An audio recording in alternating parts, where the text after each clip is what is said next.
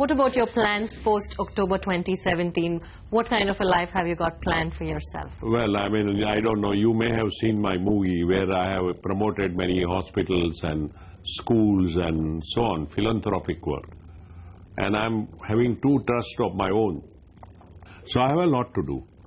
Second, the 13.5% or 13% which is there in the trust or foundation, L&T Foundation, by rules, we cannot have employee become the chairman of that foundation. So as long as I was a chairman, I could not. Right. But I'm sure I'm going to help that foundation because it has nothing to do with the company. Right. It is ours, employees. So I'm not getting into the company. I'm getting into the holding of the company, which is required to be alert. 99.9% may not happen, but 0.001% if the trust needs to walk in. Recent events suggest that, the relationship between mentor and, at times the successor that he has handpicked may not always go as per plan if there are legacy issues that come into play. How would you feel if he were to reverse some of your decisions or take a business decision call which requires shutting down certain operations or businesses that you may have started? How would you feel if that would happen? I think finally he has to show the shareholder value to all the stakeholders. He has to prove that he is in fact better than me and therefore create more shareholder value. And if that means reversal of some of the decision which may have appeared to be right in those timings, but looking back do not seem to really at the moment convenient to us.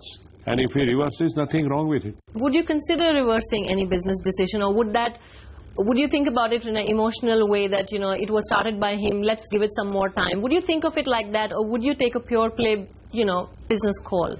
I'll answer that in 2 parts. Right. The first part is that being a professionally managed company, open and democratic, Mr. Naik, in various forms and ways, in many forums and otherwise, has explained to us the reason and rationale for many of these decisions.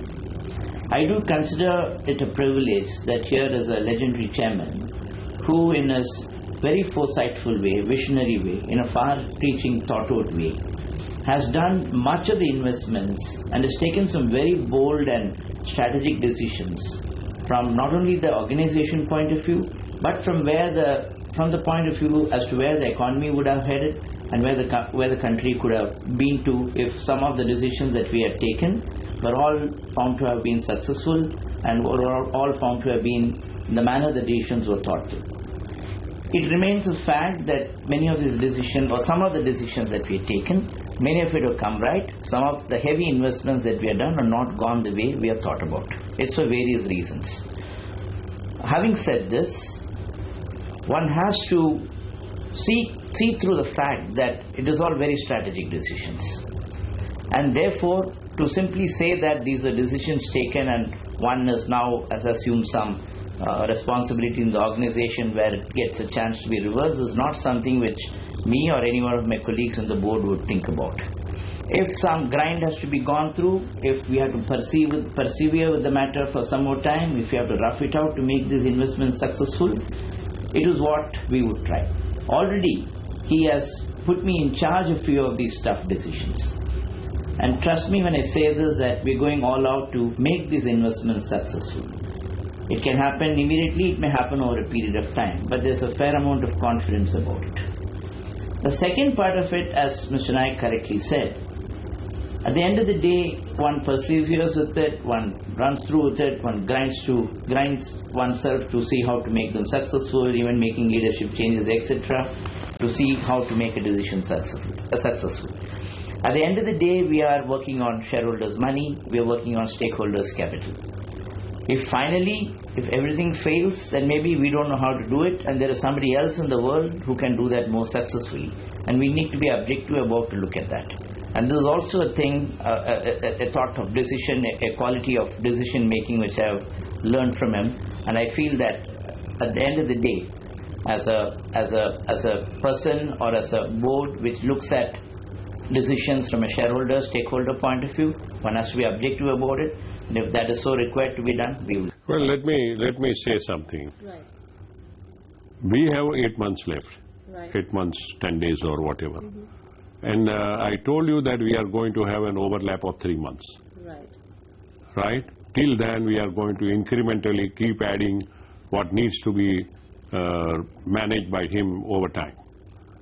But between 1st July and 1st October, I intend sitting with him many times, not once, as to where we think, and he will agree, and he agrees. Even now he knows actually where we have been missing certain targets. Why have we missed certain decision to fruitful conclusion? Whether it is IDPL, whether it is PDL, whether it is Fort Shop, whether it is shipbuilding, whether it is Hyderabad Metro, all of these have been seriously discussed for last several months. And they are therefore thought through a path which we think we should take, and number of actions are on the way on all of them, whether it is shipbuilding, whether it is Hyderabad Metro, which he is doing as a chairman, whether Shankar Raman is working on restructuring of IDPL. So we will even possibly minute it, or minute it means write it down, where we are and where we want to go, right? So that we are clear that we know our way forward. And even then, as he says, things don't go the way we have thought through with a lot of deliberation. If change is required, change will have to be made.